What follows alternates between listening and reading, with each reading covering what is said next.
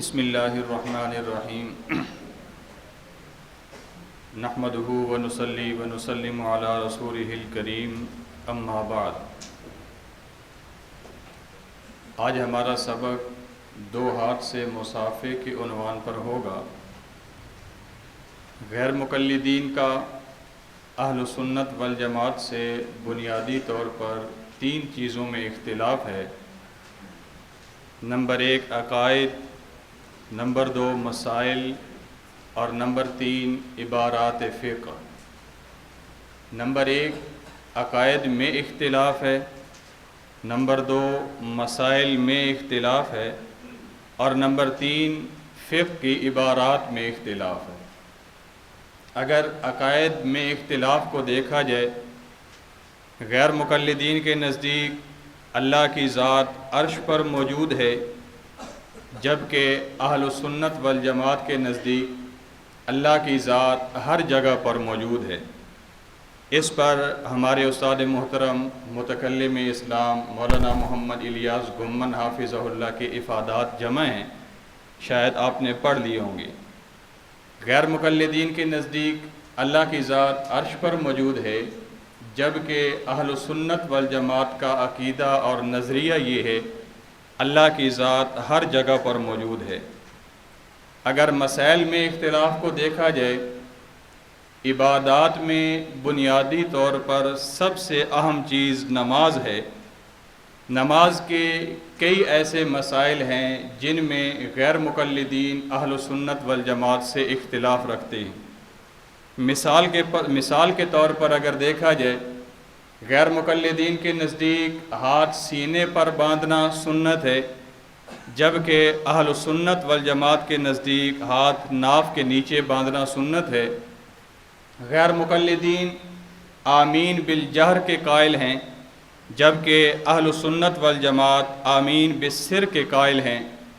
غیر مقلدین امام کے پیچھے قرات کرنے کے قائل ہیں، جبکہ اہل سنت والجماعت امام کے پیچھے قرات نہ کرنے کے قائل ہیں۔ اسی طرح غیر مقلدین رکوع میں جاتے اور رکوع سے اٹھتے ہوئے رفع الیدین کے قائل ہیں، جبکہ اہل سنت والجماعت ترک رفع الیدین کے قائل ہیں۔ یہ نماز کے حوالے سے ہے، چونکہ عبادات میں بنیادی چیز سب سے اہم چیز نماز ہے، یہ نماز کے اختلاف ہیں۔ اس کے علاوہ اگر غیر مقلدین کو دیکھا جائے، اہل سنت والجماعت سے مختلف مسائل میں انہوں نے اختلاف کیا ہے۔ ہم قربانی کو لے لیں، قربانی کے ایام میں انہوں نے اختلاف کیا، قربانی کے جانوروں میں اختلاف کیا۔ اس سے بڑھ کر اگر اور مسائل دیکھے جائیں، یہی مسئلہ ہمارا عقیدہ اہل سنت والجماعت کا عقیدہ نظریہ اور مسئلہ کیا ہے؟ مصافحہ 2 ہاتھ سے کرنا سنت ہے، جبکہ غیر مقلدین کہتے ہیں کہ مصافحہ 1 ہاتھ سے کرنا سنت ہے۔ یہ ہمارے غیر مقلدین کے ساتھ اختلافات ہیں۔ ہمارے استاد محترم متکلم اسلام شیخ طریقت مولانا محمد الیاس گمن حافظہ اللہ یہ فرماتے ہیں، دنیا میں 2 کام ہیں، ایک کام کہ ایمان اعمال پر نہ آنا اور دوسرا ایمان اور اعمال کو ضائع کر دینا۔ ایک کام شیطان نے اپنے ذمے لیا ہے، ایک کام خناس نے اپنے ذمے لیا ہے۔ اس پر استاد محترم کا ایک مکمل بیان ہے، شاید آپ نے سنا ہوگا، جس کا عنوان ہی یہی ہے، شیطان اور خناس۔ ایک کام شیطان نے اپنے ذمے لیا ہے، ایمان اعمال پر کوئی نہ آئے، اور ایک کام خناس نے اپنے ذمے لیا ہے کہ ان کے ایمان اور اعمال کی اجر و ثواب کو ضائع کر دیا جائے۔ ایک کام شیطان کا، ایک کام خناس کا۔ ہم نے ان دونوں کا تدارک کرنا ہے، لوگوں کو ایمان اور اعمال پر لانا بھی ہے، لوگوں کے ایمان اور اعمال کو بچانا بھی ہے۔ لوگ آئیں گے ایمان اور اعمال پر فضائل سے، اور لوگوں کا ایمان اور اعمال بچے گا دلائل سے۔ فضائل والی محنت بھی ہماری ہے، دلائل والی محنت بھی ہماری ہے۔ فضائل والی محنت ہماری جماعت اہل حق کی جماعت تبلیغی جماعت کر رہی ہے، جبکہ دلائل والی محنت ہمارا مرکز آل حق کا مرکز اہل سنت والجماعت کر رہا ہے۔ اگر اس کے ساتھ ساتھ دیکھا جائے یہ اللہ کی عجیب تقسیم ہے، حسن اتفاق یہ ہے فضائل والی محنت اس کی ابتدا الیاس نے کی ہے، آج تک چل رہی ہے، تا حشر چلتی رہے گی۔ دلائل والی محنت اس کی ابتدا الیاس نے کی ہے، آج تک چل رہی ہے، تا حشر چلتی رہے گی۔ وجہ کیا ہے؟ اس فضائل والی محنت میں بھی اخلاص تھا، اس دلائل والی محنت میں بھی اخلاص ہے۔ اخلاص کی بنیاد پر جو کام شروع کیا جائے اللہ رب العزت اس کو تا حشر قائم رکھتے ہیں۔ اسی لیے شیطان کا کام کیا ہے؟ وہ کہتا ہے کہ مسلمان مصافحہ نہ کرے، اور خناس کی محنت کیا ہے کہ مسلمان مصافحہ تو کرے لیکن یہ مصافحے کی اجر و ثواب سے محروم ہو جائے۔ ہم نے شیطان کی محنت کو بھی رفع کرنا ہے، خناس کی محنت کو بھی رفع کرنا ہے۔ ہم نے شیطان کی محنت کا بھی تدارک کرنا ہے، خناس کی محنت کا بھی تدارک کرنا ہے۔ اس لیے اہل سنت والجماعت کا موقف یہ ہے کہ مصافحہ دو ہاتھ سے کرنا سنت ہے۔ السنت فی المصافحۃ بکلتا یدیہ، مصافحہ دو ہاتھوں سے کرنا سنت ہے، جبکہ غیر مقلدین کا موقف ہے کہ مصافحہ ایک ہاتھ سے کرنا سنت ہے۔ دو ہاتھ سے مصافحہ کرنے والے لوگ ناواقف قسم کے لوگ ہیں۔ ہمارا اہل سنت والجماعت کا موقف اور نظریہ یہ ہے مصافحہ دو ہاتھ سے کرنا سنت ہے، ایک ہاتھ سے مصافحہ کرنا یہ سنت نہیں ہے، جبکہ غیر مقلدین کا موقف کیا ہے کہ مصافحہ ایک ہاتھ سے کرنا سنت ہے، دو ہاتھ سے مصافحہ کرنے والے ناواقف قسم کے لوگ ہیں۔ التحفۃ الحسنی حکیم محمد اسرائیل سلفی اپنی کتاب میں لکھتے ہیں غیر مقلدین کا نظریہ ہے کہ مصافحہ ایک ہاتھ سے کرنا سنت ہے۔ اگر اہل سنت والجماعت کے دلائل کو دیکھا جائے، اہل سنت والجماعت کے اس پر تین دلائل ہیں۔ پہلی دلیل امام بخاری رحمہ اللہ نے اپنے صحیح بخاری میں 3 باب قائم کیے ہیں۔ نمبر 1 باب المعانقہ، نمبر 2 باب المصافحہ، اور نمبر 3 باب الاخذ بالیدین۔ پہلا باب باب المعانقہ، دوسرا باب باب المصافحہ، اور تیسرا باب باب الاخذ بالیدین۔ باب المعانقہ، معانقہ یہ عنق سے ہے، باب مفعلہ سے، اس کا معنی ہے گردن کا گردن کے ساتھ ملانا۔ معانقے کا شرعی معنی اور شرعی تعریف کیا ہے؟ گردن کا گردن کے ساتھ ملانا۔ جب دو مسلمان بھائی آپس میں ملتے ہیں، دو دوست آپس میں ملتے ہیں اور معانقہ کرتے ہیں، اس کی شرعی صورت یہ ہے کہ گردن کا گردن کے ساتھ ملانا۔ لیکن آج تقریباً اگر دیکھا جائے 99% اس پر عمل نہیں ہو رہا۔ 99% کس پر عمل ہو رہا ہے؟ آج کل سینے کے ساتھ سینے کو ملایا جاتا ہے، مصادرہ ہوتا ہے، صدر سینہ سینے کے ساتھ ملتا ہے، معانقہ نہیں ہوتا۔ اور اگر بعض جگہ پر دیکھا جائے نہ معانقہ ہوتا ہے نہ مصادرہ ہوتا ہے، کچھ پیٹ بڑے ہوتے ہیں، مباطنہ ہوتا ہے، پیٹ کے ساتھ پیٹ کو ملایا جاتا ہے، مصادرہ بھی رہ جاتا ہے، معانقہ بھی رہ جاتا ہے۔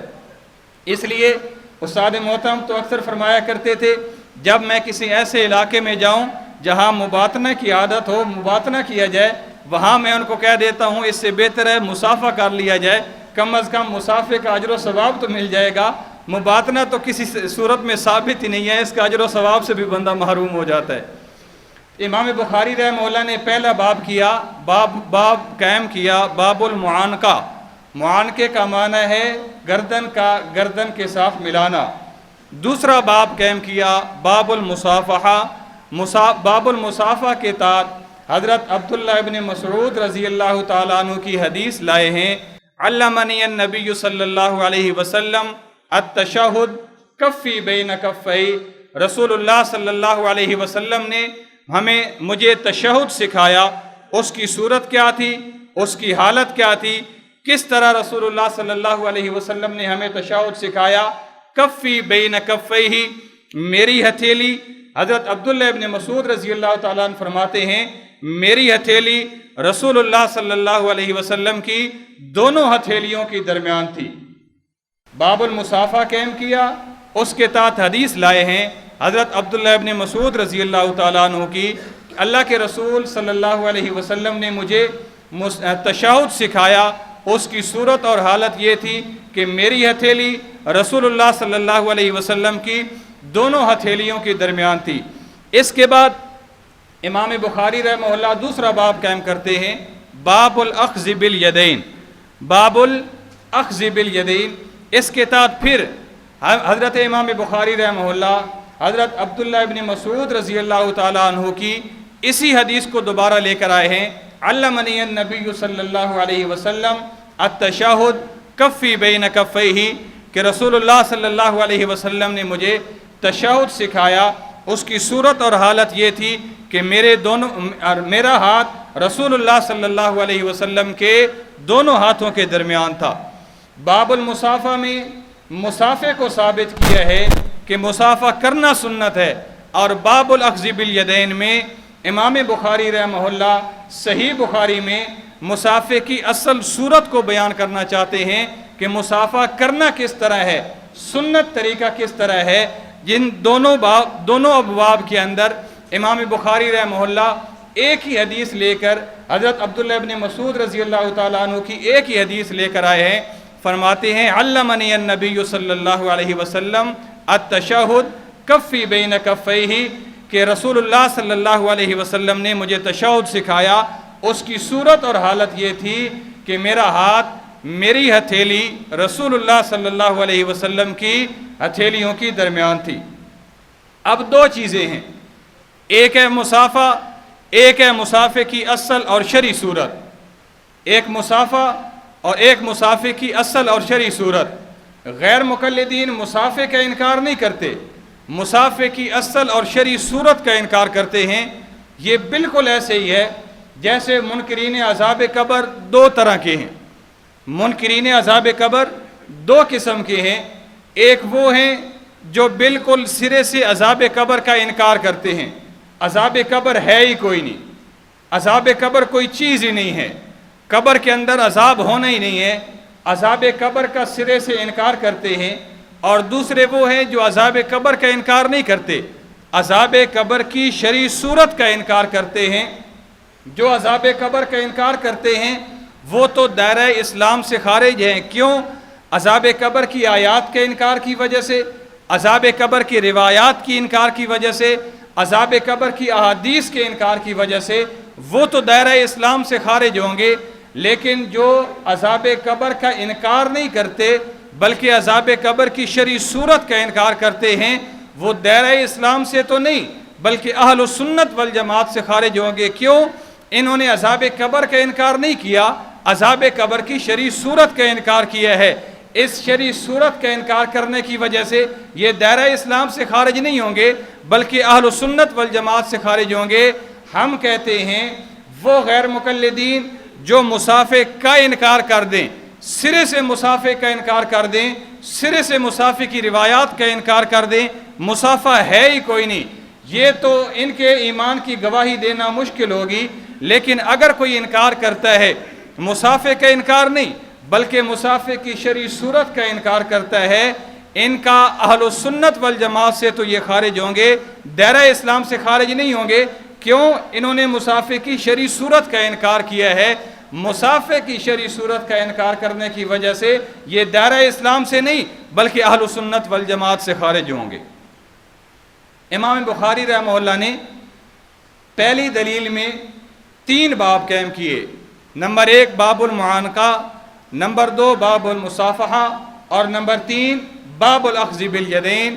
اور ان دونوں ابواب کے اندر باب المصافحہ اور باب الاخذ بالیدین، ان دونوں کے تحت ایک حدیث حضرت عبداللہ ابن مسعود رضی اللہ تعالیٰ عنہ کی لائے ہیں، فرمایا علمنی النبی صلی اللہ علیہ وسلم التشہد وکفی بین کفیہ، رسول اللہ صلی اللہ علیہ وسلم نے مجھے تشہد سکھایا، اس کی صورت اور حالت یہ تھی کہ میرا ایک ہاتھ رسول اللہ صلی اللہ علیہ وسلم کی دونوں ہتھیلیوں کے درمیان تھا۔ اب یہ تشہد کون سا ہے جو ہم تشہد پڑھتے ہیں؟ تشہد 2 طرح کے منقول ہیں، ایک حضرت عبداللہ ابن مسعود رضی اللہ تعالیٰ عنہ سے، ایک حضرت عبداللہ ابن عباس رضی اللہ تعالیٰ عنہ سے۔ حضرت عبداللہ ابن مسعود رضی اللہ تعالیٰ عنہ سے جو تشہد منقول ہے 2 واو کے ساتھ، یعنی التحیات للہ والصلوات والطیبات۔ حضرت عبداللہ ابن عباس رضی اللہ تعالیٰ عنہ سے جو تشہد منقول ہے 1 واو کے ساتھ، التحیات للہ والصلوات الطیبات۔ یہ 2 تشہد منقول ہیں جو ہم تشہد پڑھتے ہیں۔ حضرت عبداللہ ابن مسعود رضی اللہ تعالیٰ عنہ قادہ کے اندر جو ہم تشہد پڑھتے ہیں، التحیات للہ والصلوات والطیبات۔ اس پر امام ابو حنیفہ رحمہ اللہ کا ایک واقعہ بھی ہے۔ امام صاحب درسگاہ میں بیٹھے سبق پڑھا رہے ہیں، سامنے طالب علم سبق پڑھ رہے ہیں۔ ایک دیہاتی آیا، ایک سائل آیا، اس نے سوال کیا امام صاحب سے، بواوین او بواوینی، بواوین او بواوینی، یا ایک روایت میں آتا ہے بواوین ام بواوینی۔ امام صاحب رحمہ اللہ نے جواب دیا بواوینی۔ جب امام صاحب رحمہ اللہ نے جواب دیا بواوین، سائل دیہاتی امام صاحب رحمہ اللہ کو دعا دیتا ہے، بارک اللہ فیکا کما بارک فی لا ولا، بارک اللہ فیکا کما بارک فی لا ولا۔ امام صاحب رحمہ اللہ نے فرمایا آمین۔ سائل چلا گیا، دیہاتی چلا گیا۔ جب گیا تو طلباء نے سوال کیا، استاد جی سائل آپ کے پاس آیا ہے، اس نے سوال کیا، ہمیں نہ سائل کا سوال سمجھ آیا، نہ آپ کا جواب سمجھ آیا، نہ ہمیں اس کی دعا سمجھ آئی، اور نہ ہمیں آپ کی آمین سمجھ آئی، ہمیں بھی سمجھائیں سائل سوال کیا کرنا چاہتا تھا۔ امام صاحب رحمہ اللہ نے فرمایا، سائل مجھ سے پوچھ رہا تھا بواوین او بواوینی، ہم نے قاعدہ کے اندر تشہد کون سا پڑھنا ہے، 1 واو والا یا 2 واو والا؟ جو حضرت عبداللہ ابن مسعود رضی اللہ تعالیٰ عنہ سے ثابت ہے التحیات للہ والصلوات والطیبات والا، یا جو حضرت عبداللہ ابن عباس رضی اللہ تعالیٰ عنہ سے ثابت ہے التحیات للہ والصلوات الطیبات والا؟ ہم نے 1 واو والا تشہد پڑھنا ہے یا 2 واو والا تشہد پڑھنا ہے؟ میں نے اس کو جواب دیا بواوین، 2 واو والا، جو حضرت عبداللہ ابن مسعود رضی اللہ تعالیٰ عنہ سے تشہد ثابت ہے، جس کا اس حدیث علمنی النبی صلی اللہ علیہ وسلم التشہد کفی بین کفی، جس کا اس حدیث کے اندر تذکرہ ہے، یہ تشہد ہم نے پڑھنا ہے۔ اس پر وہ سائل اور دیہاتی مجھے دعا دینے لگا، بارک اللہ فیکا کما بارک فی لا ولا۔ اس پر اس نے مجھے دعا دی، اور اس دعا کے اندر اس نے قرآن کریم کے 18ویں پارے کی آیت مبارکہ کی طرف اشارہ کیا، اللہ نور السماوات والارض مثل نورہ کمشکات فیہا مصباح، المصباح فی زجاجہ، الزجاجۃ کأنہا کوکب دری یوقد من شجرۃ مبارکہ زیتونۃ لا شرقیہ ولا غربیہ۔ اللہ رب العزت اپنے نور کا تذکرہ کرتے ہوئے فرماتے ہیں، اس کی مثال دی زیتون کے ساتھ۔ زیتون ایک ایسا درخت ہے لا شرقیہ ولا غربیہ، اس کے جیسا، اس زیتون کے جیسا درخت نہ مشرق میں ہے نہ مغرب میں ہے۔ اللہ رب العزت فرماتے ہیں لا شرقیہ ولا غربیہ، زیتون ایسا درخت ہے، اس جیسا درخت نہ مشرق میں ہے نہ مغرب میں ہے۔ وہ دیہاتی مجھے دعا دے رہا تھا، بارک اللہ فیکا، اللہ رب العزت آپ کے علم میں برکت عطا فرمائے، کما بارک فی لا ولا، زیتون کے ساتھ مثال دی ہے، اور کہنے لگا جس طرح زیتون کے درخت کی طرح کوئی درخت نہ مشرق میں ہے نہ مغرب میں ہے، آپ کے علم میں اللہ رب العزت اتنی برکتیں عطا کرے، آپ جیسا امام نہ مشرق میں ہو نہ مغرب میں ہو۔ وہ دیہاتی مجھے یہ دعا دے رہا تھا۔ تو امام صاحب رحمہ اللہ نے فرمایا ہم نے تشہد وہ پڑھنا ہے جو 2 واو والا ہے۔ حضرت عبداللہ ابن مسعود رضی اللہ تعالیٰ عنہ سے ثابت ہے، جس کا تذکرہ اس حدیث علمنی النبی صلی اللہ علیہ وسلم تشہد کفی بین کفی، کہ رسول اللہ صلی اللہ علیہ وسلم نے مجھے تشہد سکھایا۔ اس کی صورت اور حالت یہ تھی کہ میری ہتھیلی آقا علیہ الصلوۃ والسلام کی دونوں ہتھیلیوں کے درمیان تھی، ہم نے یہ تشہد پڑھنا ہے۔ اس پہلی دلیل پر، امام صاحب کی اس پہلی دلیل پر غیر مقلدین کی طرف سے 3 اعتراض سامنے آئے۔ پہلا اعتراض حکیم محمد اسرائیل سلفی اپنی کتاب التحفۃ الحسنی میں لکھتے ہیں، اس حدیث کا مصافحہ سے ذرا بھی تعلق نہیں ہے۔ مزید لکھتے ہیں، سخت تعجب ہے ان مقلدین احناف پر جو احادیث صحیحہ سے مصافحہ ثابت ہوتا ہے اس کے انکاری ہیں، اور جو حدیث سے ثابت نہیں ہوتا اسے ثابت کرنے کی سعی لا حاصل کرتے ہیں، اور بخاری شریف کی دہائی دے کر جاہل عوام کو دھوکہ دینا چاہتے ہیں، مگر ان کو معلوم رہے یہ حدیث دانی اور حدیث فہمی نہیں بلکہ حدیث نبوی صلی اللہ علیہ وسلم کے ساتھ ایک مذاق ہے۔ سوال کا خلاصہ کیا ہے؟ غیر مقلدین نے اعتراض کیا، یہ جو آپ نے حدیث بیان کی ہے، علمنی النبی صلی اللہ علیہ وسلم التشہد کفی بین کفیہ، اس حدیث کا مصافحے کے ساتھ کوئی تعلق نہیں ہے۔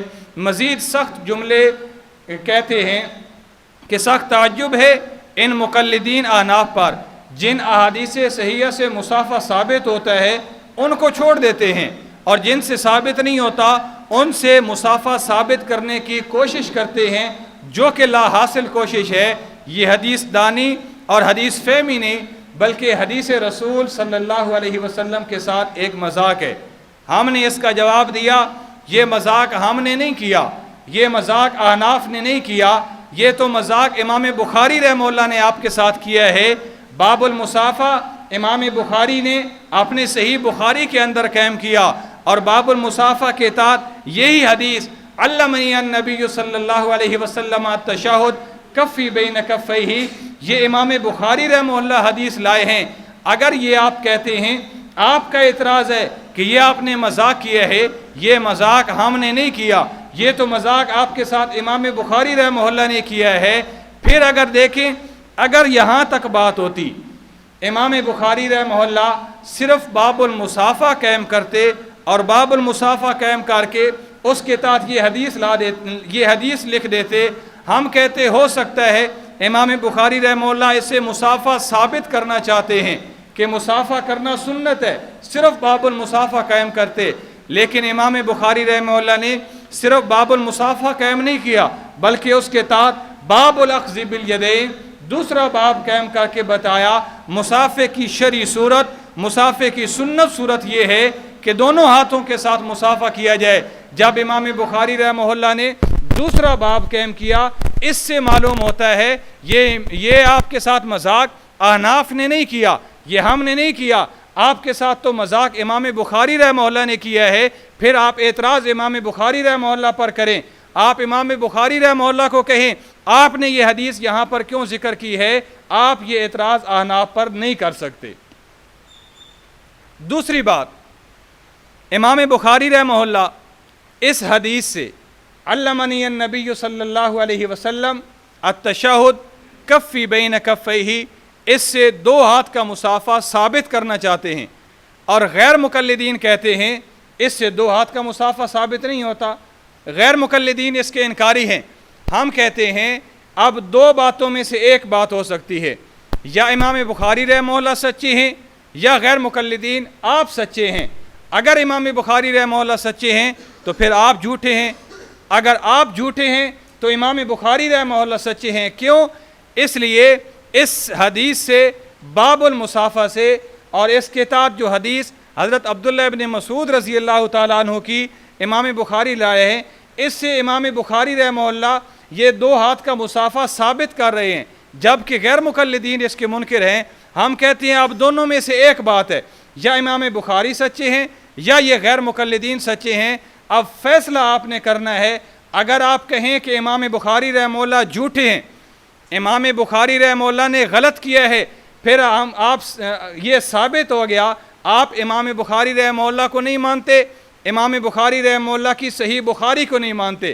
اگر آپ امام بخاری کو مانتے ہوتے، امام بخاری کی صحیح بخاری کو مانتے ہوتے، پھر آپ اس باب کو بھی مانتے، اس روایت کو بھی مان لیتے، لیکن آپ نہ امام بخاری کو مانتے ہیں نہ امام بخاری کی صحیح بخاری کو مانتے ہیں۔ وجہ کیا ہے؟ اس کی وجہ یہ ہے امام بخاری رحمہ اللہ یہ حدیث لائے ہیں، آپ نے انکار کر دیا اس سے مسافہ ثابت نہیں ہوتا۔ اور دوسری بات، اگر امام بخاری رحمہ اللہ سچے ہیں اس میں، علمنی النبی صلی اللہ علیہ وسلم التشہد کفی بین کفے، اس میں اگر امام بخاری رحمہ اللہ سچے ہیں، پھر آپ جھوٹے ہیں، آپ کو اپنا مسئلہ تبدیل کرنا ہوگا۔ اگر دیکھا جائے، استاد محترم یہ فرماتے ہیں غیر مقلدین کا طرز، غیر مقلدین کا نظریہ یہ ہے، ہم نے احناف کی مخالفت کرنی ہے، وہ بخاری شریف سے ہو جائے تب مخالفت کرنی ہے، مسلم سے ہو جائے تب مخالفت کرنی ہے، ترمذی سے ہو جائے تب مخالفت کرنی ہے، سیاہ ستہ کو چھوڑ کر صحیح ابن خزیمہ کی طرف جانا پڑے، ناف کے نیچے ہاتھ باندھنے پر صحیح ابن خزیمہ کی طرف جانا پڑے، صحیح ابن خزیمہ کا بھی سہارا لے لیں گے، لیکن احناف کی مخالفت ضرور کریں گے۔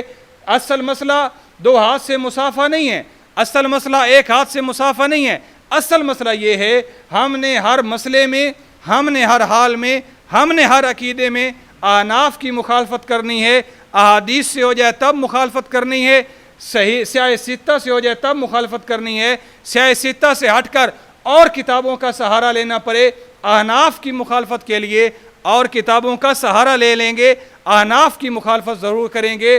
اس لیے ہم کہتے ہیں اب ان دو باتوں میں سے ایک بات سچی ہے، یا آپ اپنے آپ کو جھوٹا کہہ لیں یا امام بخاری کو جھوٹا کہہ لیں۔ آپ امام بخاری کو جھوٹا نہیں کہتے، آپ کہتے ہیں امام بخاری سچے ہیں، پھر مان لیں مسافہ ایک ہاتھ سے نہیں، مسافہ دو ہاتھ سے کرنا ثابت ہے۔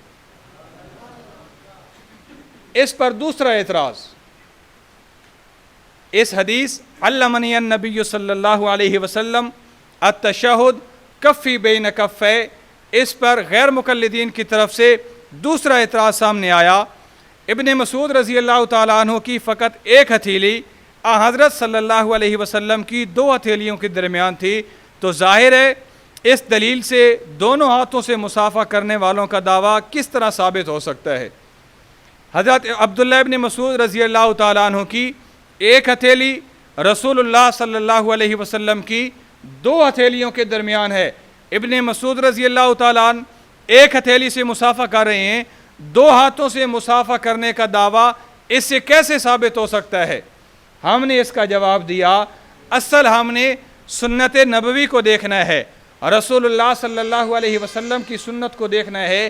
آقا علیہ الصلوۃ والسلام جب حضرت عبداللہ ابن مسعود رضی اللہ تعالیٰ عنہ کو تشہد سکھا رہے ہیں، قاعدہ کے اندر آپ نے تشہد اس طرح پڑھنا ہے، اس طرح تشہد کرنا ہے، تشہد کی اصل صورت سکھا رہے ہیں۔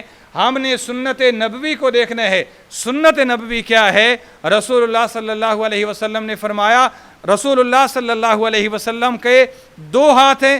آقا علیہ الصلوۃ والسلام حضرت عبداللہ ابن مسعود کو سمجھا رہے ہیں ہم نے سنت نبوی کو دیکھنا ہے، سنت نبوی پر عمل کرتے ہوئے مسافہ دو ہاتھ سے کیا جائے۔ اور دوسری بات، حضرت عبداللہ ابن مسعود رضی اللہ تعالیٰ عنہ یہ فرما رہے ہیں کفی بین کفے، میرا ایک ہاتھ رسول اللہ صلی اللہ علیہ وسلم کے دو ہاتھوں کے درمیان ہے۔ جب مسافہ کیا جاتا ہے، دوسرے سے مسافہ کیا جائے، ایک ہاتھ دوسرے ہاتھ کے درمیان ہوتا ہے، ایک ہاتھ باہر والی سائڈ پر ہوتا ہے۔ حضرت عبداللہ ابن مسعود رضی اللہ تعالیٰ عنہ نے یہاں پر یہ نہیں فرمایا کہ میرا ہاتھ تھا یہ، ایک ہاتھ نہیں فرمایا، ایک ہاتھ کی نفی نہیں کی، بلکہ یہ فرمایا کہ میرا ایک ہاتھ رسول اللہ صلی اللہ علیہ وسلم کے دونوں ہاتھوں کے درمیان تھا۔ اس سے ایک ہاتھ کی نفی ثابت نہیں ہو رہی، بلکہ یہ ثابت ہو رہا ہے حضرت عبداللہ ابن مسعود رضی اللہ تعالیٰ عنہ کا ایک ہاتھ رسول اللہ صلی اللہ علیہ وسلم کے دو ہاتھوں کے درمیان تھا۔ اور مسافے کی صورت یہی ہوتی ہے، جب بندہ دوسرے سے مسافہ کرتا ہے تو ایک ہاتھ دوسرے کے دونوں ہاتھوں کے درمیان ہوتا ہے۔ مسافہ یہ تو نہیں ہوتا ایک بندہ دو ہاتھ ایسے باندھ لے، دوسرا اسی طرح دو ہاتھ اس کے اوپر رکھ دے، مسافے کی یہ صورت تو نہیں ہے۔ مسافے کی تو یہ صورت ہے ایک بندہ اس طرح دو ہاتھ لے کر کھڑا ہے، دوسرا اسی طرح ان کے ساتھ دو ہاتھ ملائے گا، اس طرح مسافہ ہوگا۔ اور مسافے کی شرعی صورت یہ ہے، حضرت عبداللہ ابن مسعود رضی اللہ تعالیٰ عنہ یہ بتانا چاہتے ہیں کہ میرا ایک ہاتھ رسول اللہ صلی اللہ علیہ وسلم کے دونوں ہاتھوں کے درمیان تھا۔ اور اس سے بڑھ کر اگر دیکھا جائے، تیسرا جواب، حضرت عبداللہ ابن مسعود رضی اللہ تعالیٰ عنہ آپ نے اس ایک ہاتھ کا اعزاز بتانا چاہتے ہیں، آپ نے اس ایک ہاتھ کی خوشبختی بتانا چاہتے ہیں۔ اظہار مسرت کے لیے حضرت عبداللہ ابن مسعود رضی اللہ تعالیٰ عنہ بتانا چاہتے ہیں کہ جب مجھے جناب نبی کریم صلی اللہ علیہ وسلم مصافحہ سکھانے لگے، تشہد سکھانے لگے، قعدہ کے اندر آپ نے تشہد اس طرح کرنا ہے، اس وقت میرا ایک ہاتھ رسول اللہ صلی اللہ علیہ وسلم کے دونوں ہاتھوں کے درمیان تھا۔ یہ رسول اللہ صلی اللہ علیہ وسلم کے دونوں ہاتھوں کے درمیان ایک ہاتھ تھا۔ اس ہاتھ کی حضرت عبداللہ ابن مسعود رضی اللہ تعالیٰ عنہ خوش قسمتی بتا رہے ہیں۔ اس سے یہ نفی نہیں ہو رہی کہ حضرت عبداللہ ابن مسعود رضی اللہ تعالیٰ عنہ کا ایک ہاتھ ہی تھا، اس سے یہ نفی نہیں ہو رہی۔ اصل میں اس مسئلے کا تعلق زیادہ تر ادب کے ساتھ ہے۔ اگر دیکھا جائے رسول اللہ صلی اللہ علیہ وسلم کا صحابہ کتنا ادب کرتے تھے، اور حضرت عبداللہ ابن مسعود رضی اللہ تعالیٰ عنہ جس کے بارے میں رسول اللہ صلی اللہ علیہ وسلم نے ارشاد فرمایا ما حدثکم ابن مسعود فصدقوہ، حضرت عبداللہ ابن مسعود رضی اللہ تعالیٰ عنہ جو بات بھی کریں آپ اس کی تصدیق کریں۔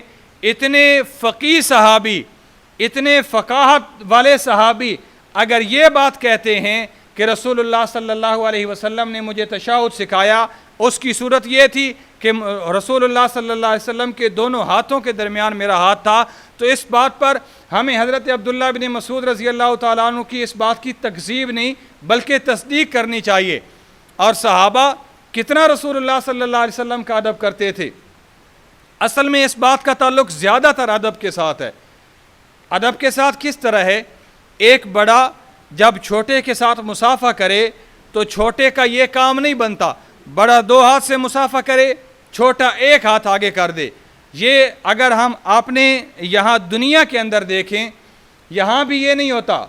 ایک اگر مرید اپنے پیر کے ساتھ مصافحہ کرنا چاہتا ہے، شاگرد اپنے استاد سے مصافحہ کرنا چاہتا ہے، والد اپنے بیٹے سے مصافحہ کرنا چاہتا ہے، سامنے سے والد صاحب آ رہے ہیں، سامنے سے بڑے استاد آ رہے ہیں، استاد کے ساتھ شاگرد مصافحہ کرتا ہے، استاد دو ہاتھ آگے کرے، شاگرد ایک ہاتھ آگے کر دے، یہ بے ادبی ہے، ادب نہیں ہے۔ اور یہ بے ادبی احناف نہیں کر سکتے۔ کوئی بعید نہیں ہے کہ غیر مقلدین بڑی آسانی سے یہ بے ادبی کر سکتے ہیں۔ یہ شکر ہے رسول اللہ صلی اللہ علیہ وسلم کے زمانے میں نہیں تھے، نہیں تو یہ ہو سکتا تھا رسول اللہ صلی اللہ علیہ وسلم دو ہاتھ سے مصافحہ کرتے، کوئی غیر مقلد ہوتا تو ایک ہاتھ سامنے کر دیتا۔ یہ تو رسول اللہ صلی اللہ علیہ وسلم کے زمانے میں نہیں تھے۔ صحابہ رسول اللہ صلی اللہ علیہ وسلم کا کتنا ادب کرتے تھے۔ حضرت عمر رضی اللہ تعالیٰ عنہ راستے میں جا رہے ہیں، سفر پہ جا رہے ہیں، حضرت عمر رضی اللہ تعالیٰ عنہ ایک جگہ پر سامنے پتھر آیا، پتھر سے ٹھوکر کھائی، ٹھوکر کھانے کے بعد نیچے گر گئے، نیچے گرے پھر اٹھے، اپنے غلام کے ساتھ پھر آگے چل دیے۔ غلام نے پوچھا اے امیر المومنین، مجھے اس بات کی سمجھ نہیں آئی، سامنے پتھر پڑا تھا، آپ نے پتھر سے ٹھوکر کھائی ہے، پتھر سے ٹھوکر کھا کے آپ نیچے گرے ہیں، ٹھوکر لگی نہیں ہے، خود آپ نے ٹھوکر کھائی ہے، ٹھوکر کھا کے آپ نیچے گرے ہیں، نیچے گر کے پھر آپ اٹھے ہیں، پھر اٹھ کے آگے چلے ہیں، مجھے اس بات کی سمجھ نہیں آئی آپ نے ٹھوکر کیوں کھائی ہے۔ حضرت عمر رضی اللہ تعالیٰ عنہ فرمانے لگے آپ نے غلام سے، میں رسول اللہ صلی اللہ علیہ وسلم کے ساتھ یہاں سے گزر رہا تھا، آقا علیہ السلام کو یہاں پر ٹھوکر لگی تھی، میں عمر نے یہ مناسب نہیں سمجھا میں اس جگہ سے گزر جاؤں، رسول اللہ صلی اللہ علیہ وسلم کی اس ادا کو زندہ نہ کروں، میں عمر نے یہ بھی مناسب نہیں سمجھا۔ اگرچہ یہ سنت نہیں ہے، رسول اللہ صلی اللہ علیہ وسلم کو ٹھوکر لگی ہے، ٹھوکر کھانا وہاں پر سنت نہیں ہے کہ سنت بن گیا ہو یہاں پر ٹھوکر ضرور کھانی ہے، یہ سنت نہیں ہے۔ صحابہ اس طرح آقا علیہ السلام کا ادب کرتے تھے۔ حضرت عبداللہ ابن عمر رضی اللہ تعالیٰ عنہ کے بارے میں آتا ہے، سواری پر جا رہے ہیں، سواری کی مہار غلام نے پکڑی ہوئی ہے، راستے میں ایک جگہ پر سواری کو روک دیا، سواری کو روک کر ایک جگہ پر ایسے بیٹھے جیسے بندہ قضائے حاجت کے لیے بیٹھتا ہے، قضائے حاجت نہیں کرنی تھی، ویسے قضائے حاجت کے لیے جس طرح بندہ بیٹھتا ہے اس طرح بیٹھے، تھوڑی دیر بیٹھ کر پھر اٹھے، سواری پر بیٹھے، آگے سفر شروع کر دیا۔ غلام نے پوچھا حضرت عبداللہ ابن عمر رضی اللہ تعالیٰ عنہ سے، مجھے یہ واقعہ سمجھ نہیں آیا، آپ نے قضائے حاجت نہیں کرنی تھی، آپ آئے اس جگہ پر بیٹھے، بیٹھ کر پھر آگے چل دیے۔ یہاں پر بیٹھنے کی وجہ کیا ہے؟ مجھے وجہ سمجھ نہیں آئی۔ حضرت عبداللہ ابن عمر رضی اللہ تعالیٰ عنہ فرمانے لگے، میں رسول اللہ صلی اللہ علیہ وسلم کے ساتھ گزر رہا تھا، آقا علیہ الصلوۃ والسلام نے یہاں اس جگہ پر بیٹھ کر قضائے حاجت کی تھی، میں عبداللہ ابن عمر یہ مناسب نہیں سمجھا میں اس جگہ سے گزر جاؤں اور حضور صلی اللہ علیہ وسلم کی اس ادا کو بھی زندہ نہ کروں۔ اگر صحابہ اس حد تک رسول اللہ صلی اللہ علیہ وسلم کا ادب کرتے تھے، اگر اس حد تک ادب کرتے تھے، یہ کیسے ممکن ہو سکتا تھا کہ صحابہ رسول اللہ صلی اللہ علیہ وسلم کے ساتھ مصافحہ کرنے کے لیے سامنے آتے، آقا علیہ الصلوۃ والسلام 2 ہاتھ سے مصافحہ کرتے اور صحابی 1 ہاتھ سے مصافحہ کر دیتا؟ یہ ممکن نہیں ہے۔ یہ تو وہ واقعات ہیں جو سنت نہیں ہیں، سنت نہیں ہیں۔ ان کے اندر بھی صحابہ رسول اللہ صلی اللہ علیہ وسلم کا اتنا اتباع کر رہے ہیں، تو جو چیز سنت ہے، حضرت عبداللہ ابن مسعود رضی اللہ تعالیٰ عنہ سے ثابت ہے، اس ثابت شدہ سنت کے اندر رسول اللہ صلی اللہ علیہ وسلم کا کتنا اتباع کرتے ہوں گے۔ اس سے مزید ایک مسئلہ ثابت ہو جاتا ہے۔ آج ایک بحث چلتی ہے، فرض نماز کے بعد دعا مانگنی ہے یا نہیں مانگنی؟ اس کے دلائل کیا ہیں؟ ان دلائل کی طرف نہیں جاتا، صرف ایک بات عرض کرتا ہوں، فرض نماز کے بعد دعا مانگنی ہے یا نہیں مانگنی؟ رسول اللہ صلی اللہ علیہ وسلم نے فرض نماز کے بعد دعا مانگی ہے۔ حدیث مبارکہ میں آتا ہے، روایات سے ثابت ہے، آقا علیہ الصلوۃ والسلام نے فرض نماز کے بعد دعا مانگی ہے، ثابت ہے۔ یہ کیسے ممکن ہو سکتا ہے؟ رسول اللہ صلی اللہ علیہ وسلم مصلی امامت پہ بیٹھے ہیں، صحابہ کی طرف رخ پھیر کر بیٹھے ہیں، آقا علیہ الصلوۃ والسلام نے دعا کے لیے ہاتھ اٹھائے، صحابہ اٹھ کر چلے جائیں۔ یہ کیسے ممکن ہو سکتا ہے؟ صحابہ کتنا ادب کرتے تھے، اور رسول اللہ صلی اللہ علیہ وسلم منبر پر تشریف فرما ہے، آقا علیہ الصلوۃ والسلام نے ارشاد فرمایا، جو صحابی جس جگہ پر ہے وہیں بیٹھ جائے۔ جب بعد میں دیکھا ایک صحابی جوتوں والی جگہ پر بیٹھے ہیں، آپ یہاں پر کیوں بیٹھے ہیں؟ جب پوچھا گیا، وہ عرض کرنے لگے، میں نے رسول اللہ صلی اللہ علیہ وسلم کی بات کو سنا، آقا علیہ الصلوۃ والسلام کی بات، آقا علیہ الصلوۃ والسلام کی آواز جب میرے کانوں میں پڑی کہ جو جس جگہ پر ہے بیٹھ جائے، میں اسی جگہ پر بیٹھ گیا۔ اگر میں یہاں سے قدم آگے اٹھاتا ہوں، مسجد کے اندر آتا ہوں، ہو سکتا ہے رسول اللہ صلی اللہ علیہ وسلم کی بے ادبی نہ ہو جائے۔ اس سے بڑھ کر ایک صحابی بکریوں کا ریوڑ ہے، اس ریوڑ کے اندر بیٹھ جاتے ہیں۔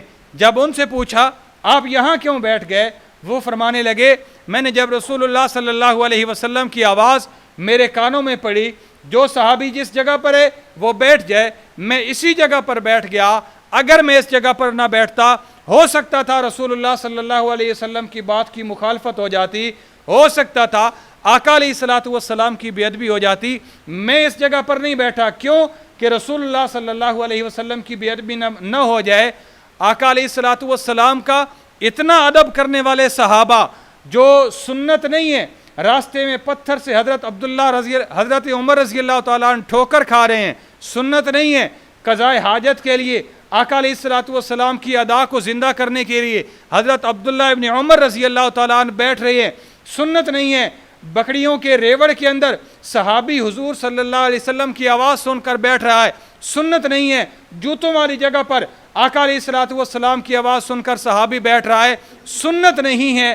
اگر سنت نہ ہونے والے عمل پر آقا علیہ الصلوۃ والسلام کا اتنا ادب صحابہ کرتے ہیں، تو جو سنت ہے، سنت سے ثابت ہے۔ حضرت عبداللہ ابن مسعود رضی اللہ تعالیٰ عنہ سے 2 ہاتھ کا مصافحہ ثابت ہے۔ ان 2 ہاتھ کے مصافحے ثابت کے اندر، سنت کے اندر صحابہ حضور صلی اللہ علیہ وسلم کی کتنی اتباع کرتے ہوں گے۔ دیکھنے والی یہ بات ہے، ہم یہ کیسے مان لیں کہ صحابہ ایک ہاتھ سے رسول اللہ صلی اللہ علیہ وسلم کا مصافحہ کرتے تھے؟ تیسرا اعتراض اس حدیث پر، علمنی النبی صلی اللہ علیہ وسلم التشہد کفی بین کفیہ۔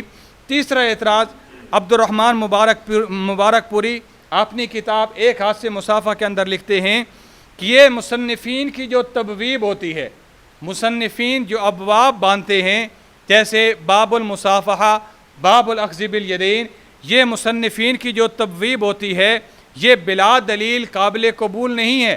مصنف نے کسی محدث نے کسی مصنف نے باب باندھا باب المصافہ، یہ بلا دلیل قابل قبول نہیں ہے۔ ہم کہتے ہیں یہ مصنفین کے ابواب بلا دلیل نہیں ہے۔ امام بخاری رحمہ اللہ نے باب باندھا ہے باب الاخذ بالیدین، اور اس کے تحت دو محدثین، دو تبع تابعین، حضرت حماد بن زید، حضرت عبداللہ ابن مبارک، ان دو تبع تابعین کے عمل کو اور حضرت امام بخاری رحمہ اللہ نے ذکر کیا ہے باب الاخذ بالیدین۔ ان کے ترجمۃ الباب میں امام بخاری رحمہ اللہ دو تبع تابعین کے عمل کو ذکر کر رہے ہیں۔ دلیل کے طور پر حضرت حماد بن زید رحمہ اللہ نے حضرت عبداللہ ابن مبارک رحمہ اللہ سے مصافحہ کیا، اور اس مصافحے کی صورت کیا تھی؟ بیدیہ، اپنے دونوں ہاتھوں سے مصافحہ کیا۔ حضرت امام بخاری رحمہ اللہ نے یہ جو باب قائم کیا ہے یہ بلا دلیل نہیں بلکہ با دلیل باب قائم کیا ہے۔ تو اس روایت پر علمنی النبی صلی اللہ علیہ وسلم التشہد کفی بین کفی، اس پر غیر مقلدین کی طرف سے پہلی روایت پر 3 اعتراض سامنے آئے۔ پہلا اعتراض سامنے آیا کہ اس حدیث مبارکہ کا مصافحے کے ساتھ کوئی تعلق نہیں ہے۔ ہم نے اس کا جواب دیا اس حدیث مبارکہ کا مصافحے کے ساتھ تعلق ہم نے قائم نہیں کیا، امام بخاری رحمہ اللہ نے قائم کیا ہے۔ دوسرا اعتراض غیر مقلدین کی طرف سے یہ آیا کہ حضرت عبداللہ ابن مسعود رضی اللہ تعالیٰ عنہ کی ایک ہتھیلی تھی، حضور صلی اللہ علیہ وسلم کے 2 ہاتھ تھے، حضرت عبداللہ ابن مسعود رضی اللہ تعالیٰ عنہ نے ایک ہتھیلی سے مصافحہ کیا۔ ہم نے اس کا جواب دیا ہمیں سنت نبوی کو دیکھنا چاہیے، رسول اللہ صلی اللہ علیہ وسلم نے 2 ہاتھوں سے مصافحہ کیا، ہم بھی 2 ہاتھوں سے مصافحہ کریں گے۔ اسی طرح تیسرا اعتراض عبد الرحمن مبارک پوری اپنی کتاب ایک ہاتھ سے مصافحہ کے اندر لکھتے ہیں کہ مصنفین کی یہ تبویب، مصنفین کی یہ ابواب یہ بلا دلیل قابل قبول نہیں ہے۔ ہم نے اس کا جواب دیا کہ یہ بلا دلیل نہیں ہے بلکہ با دلیل امام بخاری رحمہ اللہ نے باب قائم کیا ہے، اور اس باب کے باب الاخذ بالیدین، اس کے ترجمۃ الباب میں امام بخاری رحمہ اللہ نے 2 تبع تابعین حضرت حماد بن زید، حضرت عبداللہ بن مبارک رحمہ اللہ کے عمل کو ذکر کیا ہے۔ اس سے معلوم ہوتا ہے کہ یہ باب امام بخاری رحمہ اللہ کا با دلیل ہے، بلا دلیل نہیں ہے۔ دوسری دلیل اس پر امام بخاری رحمہ اللہ نے اسی اپنے باب الاخذ بالیدین میں 2 محدثین، مشہور محدثین کے عمل کو ذکر کیا ہے۔ چنانچہ آپ رحمہ اللہ فرماتے ہیں امام بخاری وصافح حماد بن زید ابن المبارک بیدیہ، حضرت حماد بن زید رحمہ اللہ نے حضرت عبداللہ ابن مبارک رحمہ اللہ سے مصافحہ کیا بیدیہ، ہی ضمیر ایک ہے، حضرت حماد بن زید نے مصافحہ کیا بیدین، اپنے دونوں ہاتھوں سے مصافحہ کیا ہے۔ یدین 2 ہیں، دونوں ہاتھوں سے مصافحہ کیا ہے، ایک ہاتھ سے مصافحہ نہیں کیا۔ اس پر مختصراً عرض کرتا ہوں، اس پر اعتراض کرتے ہوئے غیر مقلدین کہتے ہیں جب صحابی کا قول حجت نہیں ہے تو تبع تابعین کے اقوال کیسے حجت ہو سکتے ہیں؟ ہم اس کا جواب دیتے ہیں اصل بات کھل کر اب سامنے آئی ہے کہ آپ صحابہ کے قول کو حجت نہیں سمجھتے۔ اگر صحابہ کا قول حجت نہیں ہے، ہم اس کا جواباً عرض کرتے ہیں اگر صحابہ اکرام رضوان اللہ تعالیٰ علیہم اجمعین کا قول حجت نہیں ہے تو ہمارے پاس قرآن کریم ثابت نہیں ہو سکتا، احادیث کا وجود ختم ہو جائے گا۔ اگر ہمارے پاس قرآن کریم ہے، صحیح صورت میں ہے، وہ ہمارے پاس پہنچانے والے کون؟ صحابہ ہیں۔ اگر احادیث رسول اللہ صلی اللہ علیہ وسلم کا وجود ہمارے پاس ہے، پہنچانے والے صحابہ ہیں۔ نماز صحیح صورت میں ہمارے پاس ہے، پہنچانے والے صحابہ ہیں۔ کلمے کی صحیح صورت ہمارے پاس ہے، پہنچانے والے صحابہ ہیں۔ دین سارے کا سارا ہمارے پاس بعین ہی اسی طرح جس طرح رسول اللہ صلی اللہ علیہ وسلم پر نازل ہوا ہمارے پاس آج موجود ہے، پہنچانے والے صحابہ ہیں۔ اگر درمیان سے صحابہ کو نکال دیا جائے، سارے کا سارا دین، اس کے دین کی دیوار گرتی ہے، دین والی پل یہ درمیان سے ٹوٹتی ہے۔ اگر ہم صحابہ کو نکال دیں، صحابہ کو نکالیں، نہ ہمارے پاس قرآن کریم بچے گا، نہ ہمارے پاس حدیث بچے گی، نہ نماز بچے گی، نہ ہمارے پاس کلمہ بچے گا، یہ ساری کی ساری شریعت اور دین ہمارے پاس نہیں رہتا۔ اس لیے صحابی کے قول کو ماننا ضروری ہے۔